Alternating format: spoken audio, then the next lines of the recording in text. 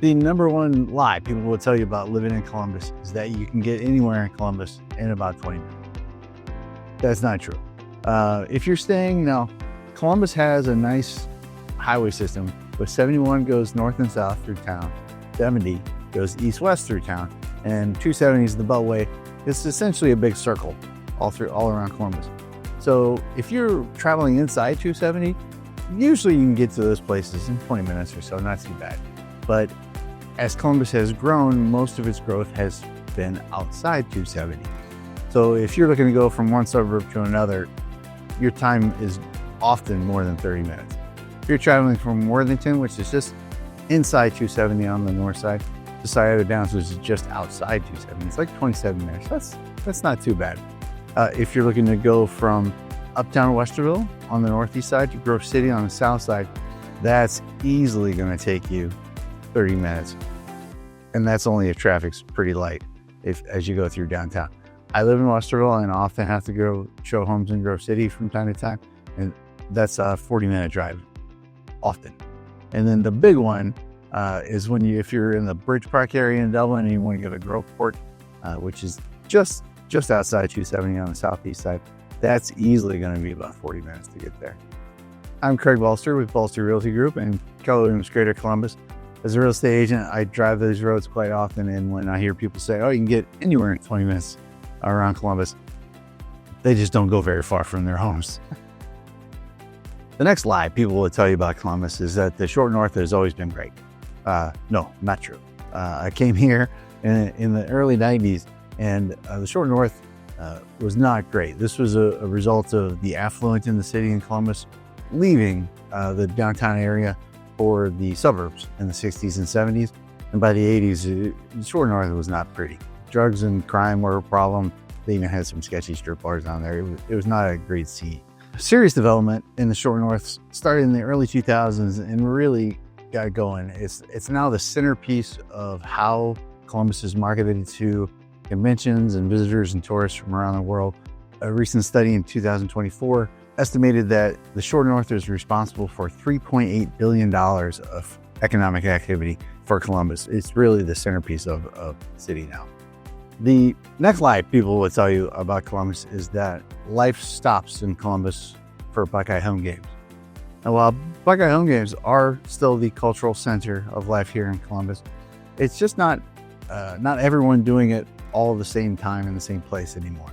As Columbus has grown over the years, it's up to 2.2 million people in the media market. In the U.S., there are 210 media markets. Columbus ranks 33rd, so we're about in the top 15%.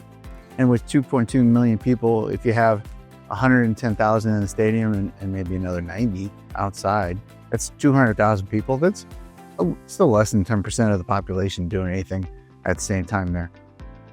That being said, if you want to go see a movie on a Buckeye home game, there's probably less people there than there usually is. But I know my house stops for all things Buckeyes on Saturdays in the fall.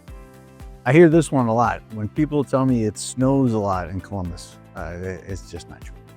So Columbus averages about 23 inches of snow each year. And that's basically the same number as Philadelphia. Indianapolis averages 25 inches of snow a year. And the big dog to our north there, Cleveland, is about 63 inches of snow each year. So the thing about Columbus's snow too, it may snow 2 or 3 inches, but generally it's gone in a couple of days. And most of the snow that comes is usually a light dusting overnight, in which case it's gone, mid-afternoon the next day. As a homeowner, I'd say I shovel my driveway and walks. There are years where I don't shovel at all. About half the years I don't shovel at all. So when people say that it snows a lot here in Columbus, it really doesn't. And when it does, it's gone very quickly. People will still tell you that Columbus is just a cow town. They haven't been here in a while. So that may have been true once upon a time. My parents will tell you that once upon a time you can see buffalo roaming wildly from the highway. Those days are long gone. According to the World Population Review, Columbus is the 15th largest city in the U.S. This is just within the city limits there. But it was interesting to learn that that's bigger than Seattle, Boston, and Denver. which was surprising me a little bit. According to radiomedia.com, which ranked the size of the media markets in the US, Columbus ranks 35th. It's bigger than Orlando, Vegas, and another town that we get compared to quite a bit, Austin, Texas. We get compared to Austin, Texas quite a bit because it's got a large state university there, and it's the state capital as well. According to the U.S. Census, Franklin County is Ohio's largest county in terms of population, of about 1.3 million people.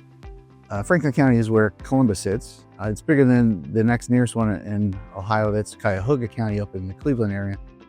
Cuyahoga County is 1.2 million people.